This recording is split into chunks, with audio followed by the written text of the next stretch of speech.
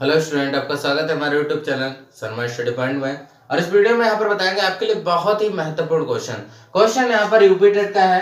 Question क्या है? UP TET का क्वेश्चन है, बहुत ही धुआंधार क्वेश्चन है ये और बहुत इंपॉर्टेंट क्वेश्चन है। एक घन का आयतन 512 सेंटीमीटर क्यूब है, विकर्ण की लंबाई क्या होगी? देखिए यहाँ पर आपके लिए विकर्ण की लंबाई निकालना है, तो बहुत ही इंपॉर्टेंट क्वेश्चन है। हम आपके लिए बता दें, घन जो बनता है वो इस तरीके से बनता है, घन बनता है इस तरीके से। इसका प्रत्येक जो फेस होता है यानी फलक होता है वो कैसा होता है? वर्गाकार होता है। कैसा होता है? वर्गाकार। वर्गाकार इसका फेस होता है यानी फलक होता है। इसका प्रत्येक फलक कैसा होता है? वर्गाकार होता है। बात समझ में आई?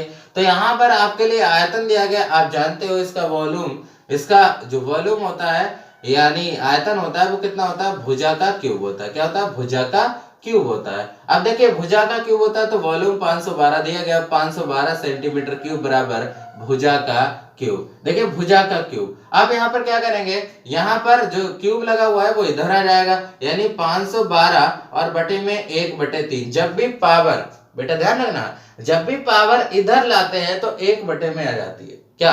जैसे मान लो a की पावर m लिखा है बराबर b, ध्यान से सुनना, a की पावर m बराबर लिखा है b, तो आप लिखोगे a बराबर b की पावर 1/m, ये लिखोगे तो पावर 1 में आ जाती है, तो इसलिए 1 में इधर कर दिया आपके लिए और बराबर लिख दिया मैंने भुजा का, क्या लिख दिया? क्यूब। हट गया, भुजा आ गई सीधे।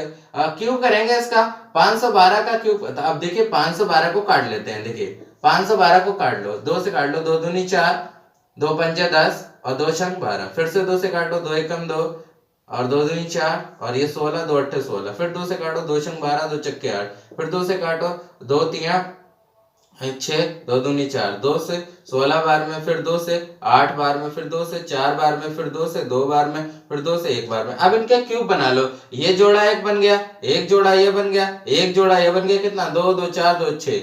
यहाँ पर नहीं, 2 दूनी 4 दूनी 8, 8 हो गया। कितना हो गया? 8, यानी 8 का क्यूब लिख सकते हैं। 512 को क्या लिख सकते हैं? 8 का क्यूब, और इसके बटे में 1/3 लिखा हुआ है बराबर भुजा लिखा हुआ है। ध्यान से सुनना, बहुत ध्यान से सुनना। ये जब पावर के ऊपर पावर लगी होती है, घात के ऊपर घात लगी होती है, तो गुणा हो जाती है। 8 की पावर हो जाएगा 3 गुणे 1/3, 3 से 3 कट जाएगा, यानी 8 बराबर आ गया भुजा।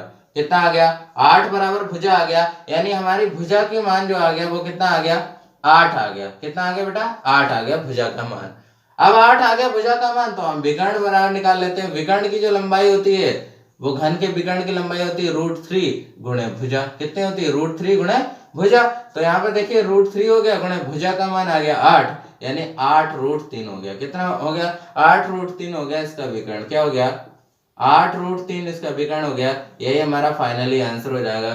क्या हो जाएगा? आंसर हो जाएगा। तो इसी तरीके से हम इस क्वेश्चन को कर सकते हैं आपके लिए यहाँ पर विकर्ण। ठीक है, तो आप ये मान के चलिए कि ये जो विकर्ण है आपके लिए बहुत ही इंपॉर्टेंट क्वेश्चन है था। ये आपके लिए सबसे पहले भुजा निकालनी पड़ी, उसके बाद विकर्ण निकालना पड़ा। तो ये यूपी टेट का क्वेश्चन है। ऐसे ही क्वेश्चन आपके लिए घुमा फिरा के क्वेश्चन पूछे जाते हैं जिससे कि आप करने में परेशानी हो, है ना।